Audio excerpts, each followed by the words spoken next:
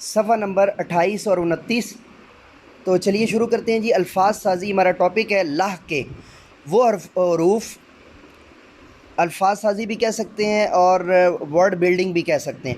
وہ حروف یا الفاظ جو کسی دوسرے بامعنی لفظ کے آخر میں آتے ہیں اور ان کے معنی میں تبدیلی پیدا کر دیتے ہیں، لاحق کے کہلاتے ہیں۔ مثلا خدا کے بعد پرست لگا دیا جائے تو خدا پرست نئے معنی دینے لگتا ہے۔ مثال کے طور پر اب سوال نمبر 3 ہے یہ مشق کا۔ مثال کے طور پر حروف ملا کر الفاظ بنائیں اور درست لاحقے سے پہلے لکھیں۔ اچھا جی، یہاں پر جو ہے نا وہ باورچی اور آگے خانہ یہ انہوں نے بنایا ہوا ہے، اور دوسرا ہے ضرورت۔ دوسرا ہے جی ضرورت، ضرورت کے آگے مند لگ جائے گا، اور تیسرا ہے حیرت، حیرت کے آگے انگیز لگ جائے گا، حیرت کے آگے انگیز لگ جائے گا۔ اور اس سے آگے ہے جی عالم، عالم کے آگے گیر لگ جائے گا، اور اس سے آگے ہے دکان، تو دکان والے کے ساتھ جو ہے وہ کیا لگ جائے گا؟ دار لگ جائے گا۔ سوال نمبر 4 جی، ان الفاظ پر اعراب لگائیں اور درست لفظ سے پڑھیں۔ نمائش، بندوبست، تفریحی، منعقد، بلتستان۔ نمائش، بندوبست، تفریحی، منعقد، منعقد بھی پڑھا جاتا ہے لیکن غلط علام جو ہے وہ ہو جاتا ہے منعقد، انعقاد سے نا، میں نے پیچھے آپ کو جو ہے نا وہ پڑھایا تھا سبق کے سٹارٹ میں۔ بلتستان، بلتستان۔ آگے چلتے ہیں جی صفحہ نمبر 29 کے اوپر۔ زبان دانی یعنی لینگویج فوکس۔ اچھا جی، سوال نمبر 5 ہے یہ مشق کا۔ دیے گئے پیراگراف میں اسم علم، اسم ضمیر، اسم اشارہ اور اسم موصول الگ الگ کر کے لکھیں۔ اچھا جی، نمرہ اور فرا دونوں بہنیں ہیں، یہ ہو گیا اسم علم، وہ ہو گیا اسم اشارہ۔ بہت ذہین ہے، انہوں نے انہی ہو گیا اسم ضمیر۔ نظموں کی کتابیں پڑھنے کا بہت شوق ہے۔ ایک دن دونوں ہو گیا اسم ضمیر۔ ابو جان ہو گیا اسم علم کے ساتھ بک سٹال پر گئیں، جیسے ہی انہوں نے صوفی غلام مصطفیٰ جو ہے تبسم اسم علم ہو گیا کی کتابیں دیکھیں۔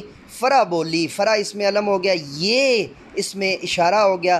کتاب تو دیکھو، دیکھو اسم موصول ہو گیا۔ نمرہ نے کہا ہاں رنگین سرے ورق والی ٹوٹ بٹوٹ کی کتاب عمدہ لگ رہی ہے۔